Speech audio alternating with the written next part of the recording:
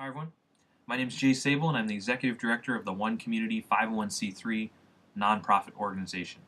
The purpose of our organization is to create open source tools, tutorials, resources, blueprints, and do-it-yourself instructions for self-sufficient, self-sustainable, and self-replicating teacher demonstration communities, villages, and cities to be built around the world. One Community will be the first of these villages, and it will demonstrate the foundations of our open source and do-it-yourself plans, which include sustainable food, sustainable housing, sustainable energy, open source and free shared education, highest good for-profit and non-profit business models, recreation and fulfilled living models, as well as true earth stewardship, which we call highest good for all living. And what we're doing is we're putting all these things together because we believe that to truly comprehensively address the challenges of our generation, generations to come, all of these things need to be addressed simultaneously. And so that's what we're doing, is putting them all together in one model, and we're designing it to create that teacher demonstration hub to demonstrate so people can come and visit it, come and experience it, and then take everything necessary to duplicate the entire creation, either as individual components or as a complete teacher demonstration community, village, or city to be built anywhere in the world. And so this is our weekly progress update. As always, the updates are the exact same format. What I'm going to do is I'm going to go through a bullet point list of everything that we've accomplished in the last week, and this is covering the week of December 30th, 2013 to January 5th, 2014. It's weekly progress update number 45. And the theme of this update, I always have a theme that I like to talk about, which I'll talk about at the end, which is we create the world. You know, we are being the change that we wish to see in the world. Everybody in our organization is a volunteer, and we're not waiting for somebody else to create it for us. We're creating it right now. Everything that we feel needs to happen, the complete sustainable civilization, foundational infrastructure that's necessary to establish teacher demonstration communities, villages, and cities that can then teach others how to also establish teacher demonstration communities, villages, and cities in a self-replicating pattern that could transform the world, just constantly working together as a global collaborative to address all of the challenges that we're facing right now and create the world that we know is possible. We believe that we create the world, and we're doing something about it. We're doing everything we can to create it positively and proactively, moving in the direction that we think will benefit everybody. And we call ourselves the highest good for all organization because everything that we're doing is open source and free shared in such a way that people can take it and adapt it and do it the way that they want to. So if you're somebody who sees something that we're doing and wants to get involved, join our team. If you're somebody that would like to consult with us or just contribute your knowledge, join our team. If you're somebody that sees something you like but would like to take it in a completely different direction, take this information and take it in a different direction. You are absolutely free to do that, and that's what we're here to do, is to produce project launch blueprints, free shared open source blueprints that are specifically designed to additionally launch new projects in different directions or in similar directions to ours so that people can take the information that we're doing and creating and use it in the way that works best for you. So let's jump into what we've accomplished in the last week. We finished our core curriculum cross-referencing into the curriculum pages. And what that means is we took the U.S. core standards, California Department of Education standards, and the ACT, SAT expectations for grade 7 and beyond, and we're cross-referencing that also with award-winning Spectrum Test prep book series, and we've integrated all of that information into our curriculum. And so we've got a core curriculum page that outlines all that stuff, and in the last week, we went and we double-checked to make sure that everything was covered in our curriculum pages. Also, we are now 95% done with the social sciences image research. We are on the relative space mind map is now complete, and so we're moving into building that on the website. And let's see, in highest good food, we've added 40 more pages. 40 more plants to the food forest page in the past week, as well as suitable location specifics. I'll talk about that when I wrap back around and talk in detail about all this stuff. We've integrated what we learned in 3D on the large-scale Aquaponics, which led to some more 3D changes. So we moved the pond down by 8 inches, along with all the hardware with that. We've started adding in the piping. We began adding in the food rafts, so you can start seeing a little bit more of the food production details within that structure. Very cool to see. We've created a Sketchup Plant resource page, and tutorial video. Great example of our open source goal to create project launch blueprints. That I'll talk about what that plant resource page and tutorial video is all about here in a second. We've started redesigning the Highest Good Food open source portal, which is only about 20% done. It's turning out to be a pretty big deal, but the end result is going to be well worth it. Very awesome. And Tropical Atrium hands, thanks to Devin Porter, are progressing again in 3D, which I'll talk about exactly what those are. Sega Center 4th floor bathrooms are done in 3D, added in the toilets, all the different things that we needed in there, urinal, toilet paper roll holder, mirror, all that kind of stuff in 3D. And we've done the first floor locker area in this last week. And also, we welcomed Tyler Gonson to our team, our newest pioneer, new member of the pioneer team, and he's going to be working on the ACE application, which he's already started studying the code on that to take that to the next level, and I'll talk a little bit more about that in a second. So that's our update overview.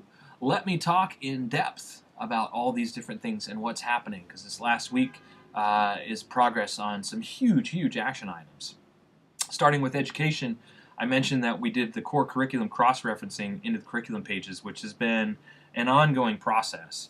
So we started with the California Department of Education standards for what needs to be taught for kindergarten through high school.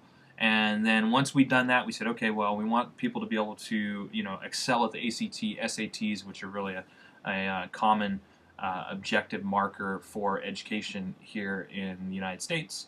And so then we looked at what were the ACT, SAT guidelines. After we did that, we then started looking at the U.S. Common Core standards, which are just were a little more comprehensive than the California Department of Education standards, and which were thorough.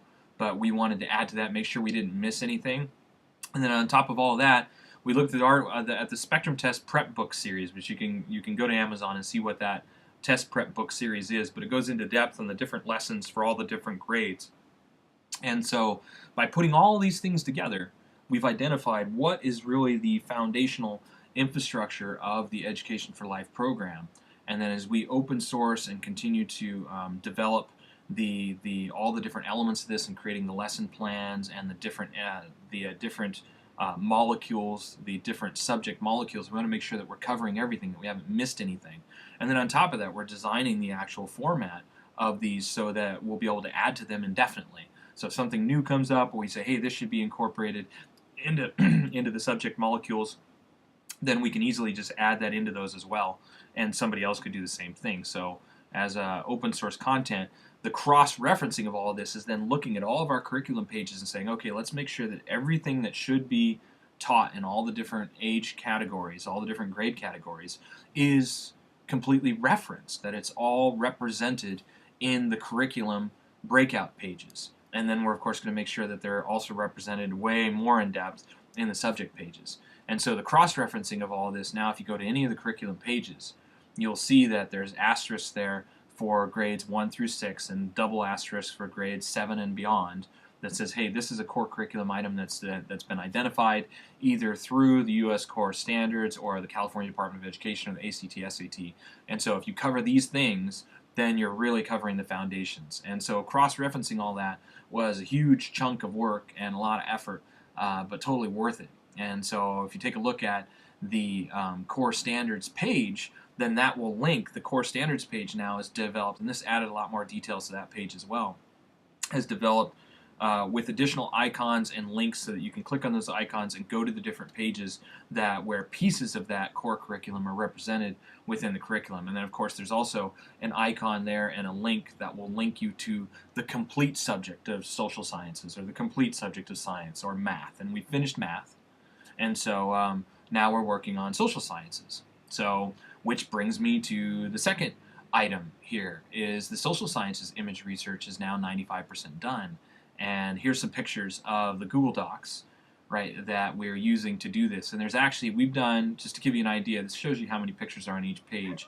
We now have 60 pages of images that are researched, bringing us 95%. This last 5% will probably add another, I don't know, five pages. I guess that's 10% of 60, but it'll add probably another 5 pages. So maybe we're only 90% done. We got about another 5 pages of images to research. And then once we've got all that done, we're going to put all those together to create a social sciences molecule that looks like the math molecule. And we call it a molecule just because it's got a circular shape to it. So, but the idea there is a non-linear approach to teaching the complete comprehensive subject of social sciences. Everything from political science to geography to foreign cultures to um, uh, psychology, anthropology, all these different things will be represented in there, all in one place that you can see the complete subject. And so all the research that we're doing is all those images are what will create that, and then down below, just like on the math molecule, you have a description of every little component of that, and then all the lesson plans tap back into that and teach all the details of how to do that. So, and the research on that, we're really grateful. We've actually had somebody helping us with this. Elizabeth Throne has helped us with this, just doing some of the research along with our team. And so, yeah, just thanks, Elizabeth, for your help. I said I'd give a shout out, and now I am. Really appreciate it. And anybody else who'd like to join our team is totally welcome to do that. We got lots of image research and things that just take time to do, but they're actually pretty fun. Just very time consuming, and you'll see your work grow and manifest with the One Community Open Source and Free Shared Education for Life program as a template for global application and a new paradigm education that we think is really, really going to be something special. It's developing to be a pretty amazing program. So with the social sciences images, so the social sciences imagery research is done, and we also in the last week finished the relative space mind map. And here you can see an image of what that looks like. You can see that what this is, so I talk about this each week. I like to just kind of remind people what the point of these mind maps are. Is what you're looking at here is the dimensional relative space mind map, and what it is teaching all subjects within the context of relative and dimensional space.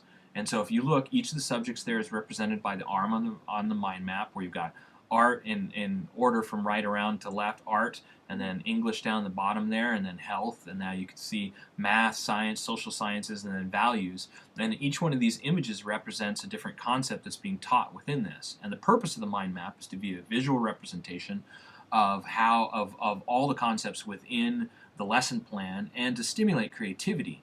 And then if you go to the website, and this is our next step now, is to develop out the web infrastructure that goes along with this, where each one of these subjects that you see on the mind map is represented there as a line of text that talks about how to teach each of these components within the context of relative and dimensional space. And the reason why we're doing this is to make it all relevant, to make it all, to attach a why and hands-on activity to everything that we're learning. Instead of just learning out of a book, what if we made it where it constantly is applicable? Teaching kids the way that we as adults like to learn. Like, most adults don't want to just sit down and read a book to learn something. We learn a lot faster when we're hands-on and we've got somebody to teach us, and we can really get our hands dirty and do actually work with the material and apply the material, like on-the-job training, like internships, that kind of stuff. And so the whole Education for Life program is built around this concept and teaching everything within the context of different themes, and we're developing out we'll develop an unending number of these, but we're starting with 30-something lesson plans, and anybody who'd like to participate in that, we're always looking for people to help out with that as well. So the dimensional space dimensional / relative space time relative space lesson plan is complete, and now we're going to start detailing out exactly what that mind map looks like on the website, and all those details are done on a Google Doc. And so now it's just a process of converting all that over and adding in the colors and all the icons and all the details that go on the website, which will be done this week. We'll finish all that this week. So next week we'll be able to report to you, and you'll be able to click in there. And you know what? We'll create a link in the written blog. There's always a written blog that goes with this, so you can visit the written blog to click on the links to all this stuff. We'll add a link in there also to that page so that you can see it develop. And like I said, it'll be done within the next 7 days. So, yeah, that wraps up Highest Good Education. And Highest Good Food, we added 40 more plants to the Food Forest page. So here's a picture of that. And you can see we're featuring bamboo in this picture. So a lot of people don't realize that. Did you know there's bamboo? Most people, I think of bamboo as something that's grown in kind of a tropical type of region. but did you know there's bamboo that grows in Siberia? Our botanist is an expert on bamboo, and so we've chosen a whole bunch of bamboos that will grow in our climate zone, 7A, 7B climate zone. And so, yeah, here's an example of that. But we've added 40 more plants to the Food Forest page. That page continues to develop out. Now there's well over 150. I think there's probably about 200 plants on that page already. And I think we've only got about, yeah, there's like 230 plants on that page, plus some of them are duplicated because they're in different sections. They're all divided up into the different sections of the Food Forest page, and so we've only got about 70 more to do, although Michael said that he's got another 50 that he realized would actually go well in that area, so we'll probably add those 50 to it too to make it just as comprehensive as it can possibly be. But very cool, and we added suitable location specifics to that, and what that means is if you look on the on all the plants that we've added there, it says that these will all be grown in any suitable location. And so we've added a link there that you can click on or just mouse over, and it talks about what a suitable location is and why we haven't chosen that. Because once we get on the property, we'll open source the specifics of our botanists and our horticulturists and all the other experts, like looking at this and saying, hey, this is why we're going to plant this plant here, and then we'll watch how it does, and we'll open source share like the maintenance and care of that plant as it develops as part of the Food Forest with time-lapse photography and a whole bunch of other cool stuff.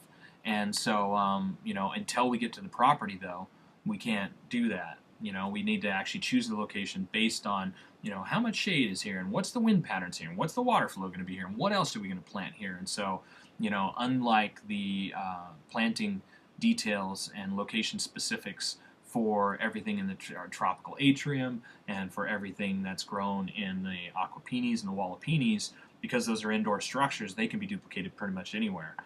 The open source process of the Food Forest is going to be a very different process of open source and free sharing how to create a food forest, because we're going to really teach people the mentality and the expertise of a botanist and a horticulturist and the way that they look at things and why things are being put where they are, and then track the progress and the development of those plants in those locations.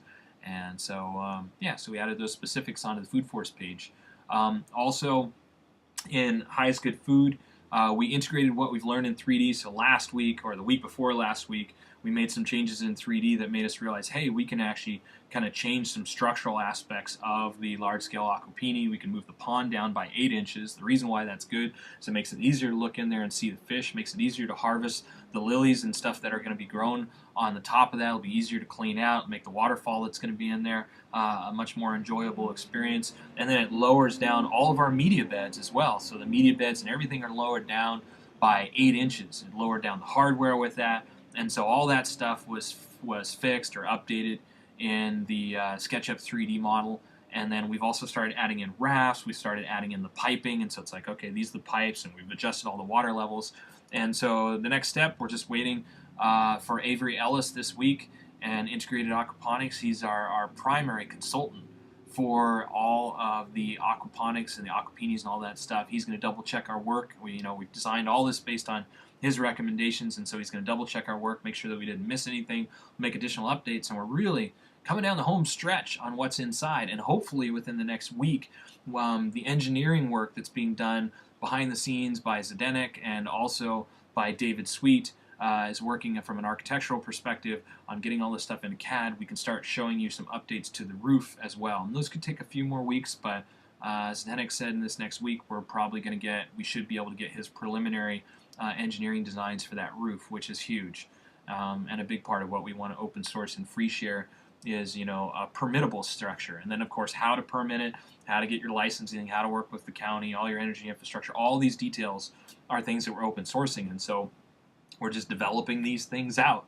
We create the world. That's the theme of this blog. And, the way that we're creating it is by building it in great detail and taking the things that are being done around the world already, and now, thanks to the power of the internet, we want to put that out there as open source and free shared content and do-it-yourself instruction manual format so that other people can duplicate it all.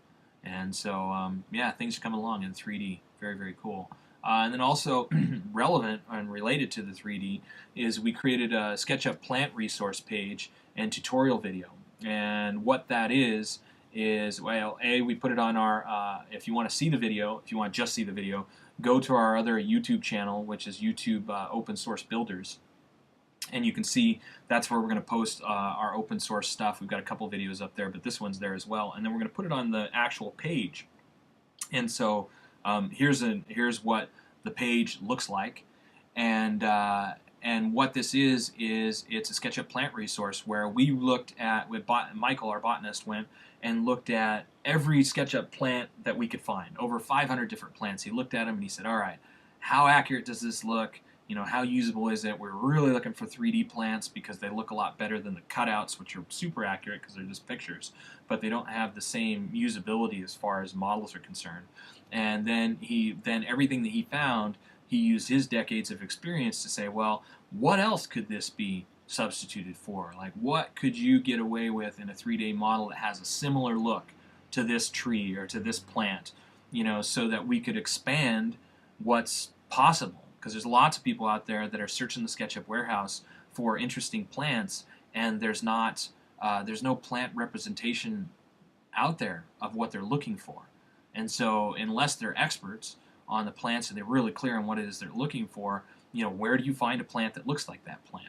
And so we created this page to be able to be a referenceable resource where people can search for the plant that they want. It's on there, you find the plant, and then you can download the model. You can click right there to go to the SketchUp warehouse and download the model that you want. And then we created the YouTube video to be able to teach people how to use all of that information, like how to actually download the plant, like a complete, you know, simple guide to everything from downloading the plant to importing the plant into SketchUp, moving it, resizing it, all that kind of stuff is included in the tutorial video. So a really cool team effort to create that, and exciting. It's the very same tutorial that Michael will be using now as he starts to place these plants into the Earthbag Village, as he starts to place these plants into we also want to place them into the Aquaponics and the Wallapenis, and we'll start really giving an example of what these structures are going to look like, what it's going to feel like to be inside of these structures. And so it's very, very cool and coming along. Also, we started redesigning the Highest Good Food open source portal, and so a couple weeks ago we finished well, let's see, what was the last one we did? I think we finished the Earthbag Village redesigned portal, and then we finished the Highest Good Society. Portals have been redesigned. Yeah, the Earthbag Village open source portal is completely done and redesigned. The Highest Good Society open source portal is completely redesigned and done, so you can see what these look like when they're finished. The Education open source portal is completely redesigned and done, and so now what we're working on is the Highest Good Food open source portal. And so we're about 20% done on that, and when that's done, it will link real easily with icons to all the different food elements, and then breakout pages for construction documents and everything. And so we're just building out the infrastructure that will then be filled in by all of our open source content. And then each page that we're building is designed to just keep plugging in more and more content, and then eventually to add in the global collaborative and the global cooperatives input as well, as other people build teacher demonstration communities, villages, and cities, to take their information and add it in there to create an even more comprehensive and in-depth database. And so, yeah, it's pretty cool. It's coming along, and I'm excited to see that developing as well. In Highest Good Housing, the tropical hands are progressing again thanks to Devin Porter, which are, from a 3D perspective, by far the hardest 3D creation that we've had yet. It is a beast to be able to figure these out.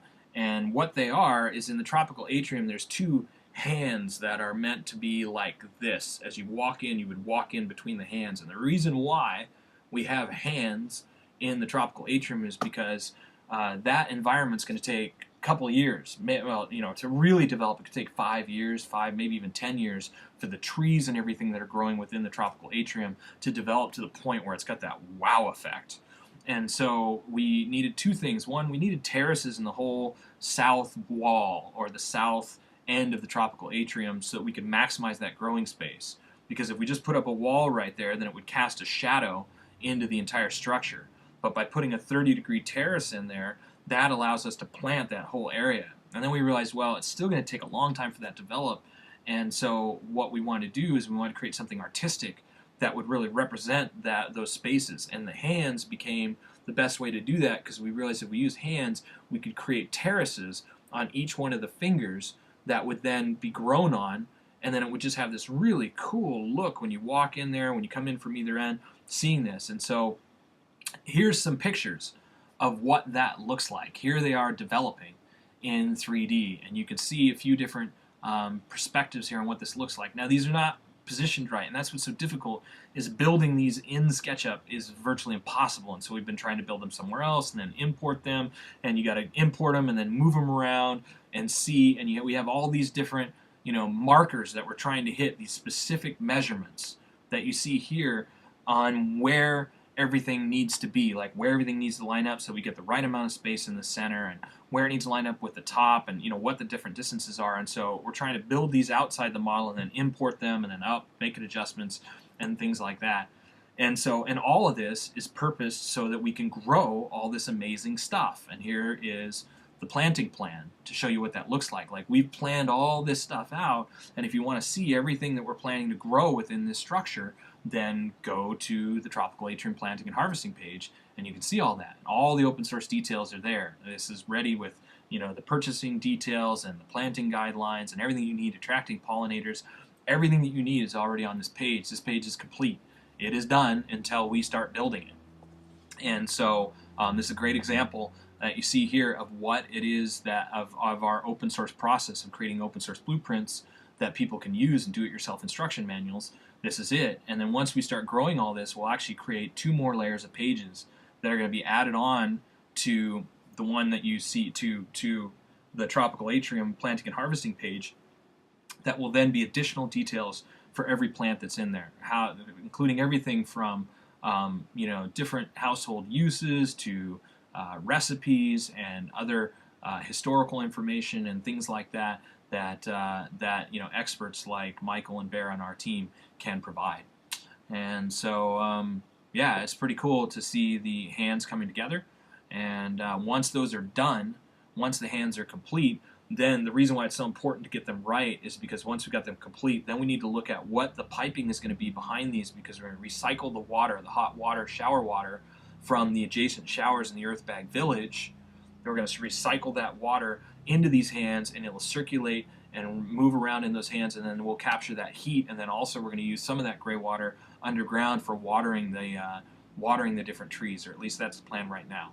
And so we need to get the hands right so we know exactly how much space we have, so we can start planning out what that plumbing looks like and start making some decisions on these kinds of things, which are important because we've got to price all this stuff out, and it's just all part of the process. And so coming along, great work, Devin Porter, on that. Really, really amazing stuff. So also in, let's see, and then in other structure news, SEGO Center, the Duplicable City Hub, is progressing now, and here's some pictures of what we've done there. And specifically, we've worked on the 4th floor, which is, there's the cupola up there. And don't be confused by these pictures, like the floor is translucent, and we left it that way because it was more interesting than just doing a solid floor. So you kind of see through, you're actually looking through the 4th floor down in the 3rd floor. But this is the bathrooms that have been developed and designed up there, and you can see down below what's underneath it. But that 4th floor is the cupola. It's going to be a recreation center, a multimedia center. It could be for holding classes, whatever you want up there. And these bathrooms then service that 4th floor. And so we designed those, and you can see all the details here that's been put into that. The toilet, urinal, the sink, toilet paper holder, the toilet cover dispenser. All those details have been added in. And then also in the SEGO Center, we have added in the ground floor, which you can see here. This is the ground floor locker area, and that locker area services the natural pool. So we're open source sharing a natural pool design to teach people how to build their own natural designs so they don't have to use chemicals and stuff. And so that area, naturally, there'll be a little locker area for visitors to be able to put their stuff, whatever it is that they want to put in there when they jump into the pool. And so this little locker area has been added in there. And then next week what we're going to do is we'll add in the doors. The left and the right there need to be added in. We've got some more details that need to be done on that top floor. I mean, we're putting in some of the last little details here, touch-up details on this, which we hope to wrap up. I'd love to wrap up 3D, the bulk of 3D within the next couple weeks. So we'll see if we can do that.